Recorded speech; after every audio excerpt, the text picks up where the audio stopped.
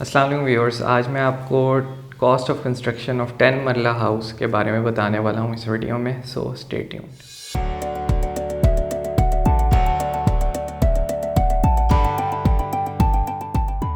First point है in the cost of construction calculation, वो ये होता है कि कितने स्क्वायर फीट कवर्ड एरिया होता है एक 10 मरले के घर का।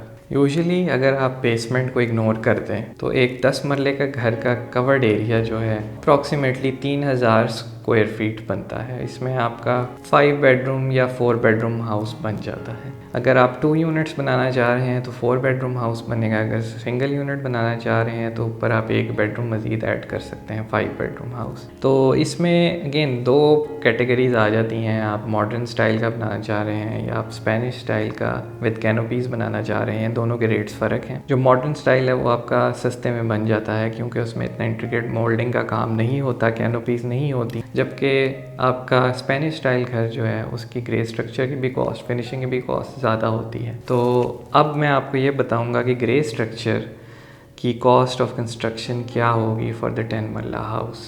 जैसे आपने स्क्रीन पे देखा है कि 2100 रुपीज़ को मल्टीप्लाई किया है 3000 से, तो ये टोटल बनता है 63 लाख रुपीज़। ये आपका ग्रे स्ट्रक्चर जो है इसका टोटल आपका बन रहा है कॉस्ट ऑफ कंस्ट्रक्शन। अब फिनिशिंग पे डिपेंड करता है। अगर आप इतना ही पैसा फिनिशिंग पे लगा लें तो एक नॉर्मल एवरेज आपकी फ़िनिशिंग हो जाएगी। तो 63 लाख रुपीज़ में आपकी फ़िनिशिंग भी हो जाएगी, जैसे कि आपकी स्क्रीन पे डिस्प्ले हो रहा है साथ साथ। तो अगर आप दोनों कॉस्ट को ऐड करें, ग्रे स्ट्रक्चर का 63 लाख और फिनिशिंग का 63 लाख, तो ये टोटल आपका मिला के बन जाता है 1,26,00,000 रुपये। तो 1,26,00,000 रुपये आपकी टोटल कॉस्ट ऑफ कंस्ट्रक्शन है 10 मरला के घर की विद नॉर्मल एवरेज फिनिश। और अगेन मैं स्पेसिफाई कर दूं कि ये मॉडर्न स्टाइल हाउस है, ये इसमें कैनोपीज़ नहीं है, इसमें मोल्डिंग वर्क्स नहीं है ज़्यादा। इसमें फिनिशिंग में आपके बड़े सेमी सॉलिड डोर्स यूज़ हो रहे हैं, एलुमिनियम फ्रेम्स हैं जिनका गेज हल्का है, गेट आपका हल्के गेज का है। साथ इसमें मास्टर या सोनेक्स की टाइल्स हैं या imported Chinese low quality tiles हैं। आपका पेंट जो है वो वेदर शीट है। ओवरऑल घर में हर चीज़, जैसे कि सोनेक्स के आपके सिंक्स होंगे, साथ आपकी जो आपकी जो एयर कंडीशनर्स हैं वो शामिल नहीं हैं इसमें। आपके शैंडलियर्स जो हैं हाई एंड वो शामिल नहीं हैं इसमें। पंखे शामिल हैं, लाइट फिक्सचर्स शामिल हैं और आपके overhead tank, underground water tanks वो शामिल हैं।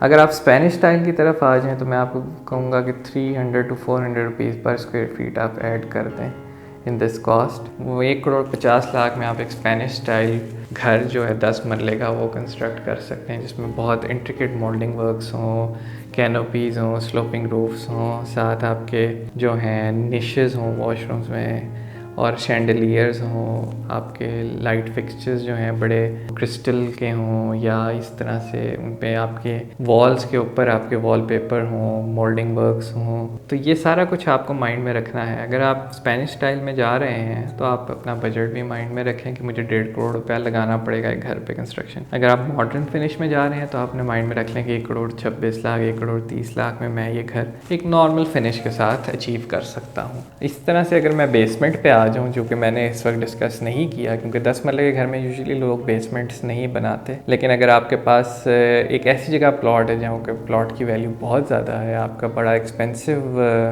एरिया है वो, तो वहाँ पे आप बेसमेंट बना के उस बेसमेंट को भी यूटिलाइज़ कर सकते हैं। बेसमेंट में मैं कंस्ट्रक्शन कॉस्ट की प्राइस इस तरह से लगाऊंगा कि 2,500 रुपीज़ पर स्क्वायर फीट आपकी कॉस्ट है ऑफ ग्रे स्ट्रक्चर, और फिनिशिंग में भी इतनी ही है। तो आप उसे बेसमेंट का जो कवर्ड एरिया उसे 5000 से मल्टीप्लाई कर दें। जैसे अगर 10 मरले का घर है उसमें 1000 स्क्वायर फीट की आपकी मैक्सिमम बेसमेंट बनेगी, तो 1000 स्क्वायर फीट को अगर आप मल्टीप्लाई कर दें 5000 से तो 50 लाख रुपए आपका बेसमेंट का एक्सपेंस बन जाता है। तो हालांकि कवर्ड एरिया थोड़ा है बेसमेंट का, लेकिन उसका एक्सपेंस ज़्यादा है। तो बेसमेंट के साथ 10 मरले का जो घर है it will cost you around 2 crore rupees, जो कि स्पेनिश स्टाइल होगा। और उसमें मॉडर्न में आपको 1,80,00,000 1,90,00,000 में आपका विद बेसमेंट आपका घर कंस्ट्रक्ट हो जाएगा। तो ये आप माइंड में रखें चीज़ें, और अगर आप मज़ीद कोई इन्फॉर्मेशन चाहिए आप मुझसे कमेंट सेक्शन में पूछ सकते हैं आप, क्योंकि हर एक का स्पेसिफिक नक्शा होता है। उनकी हो सकता है ममटी भी हो, इसमें मैंने ममटी कंसिडर नहीं की।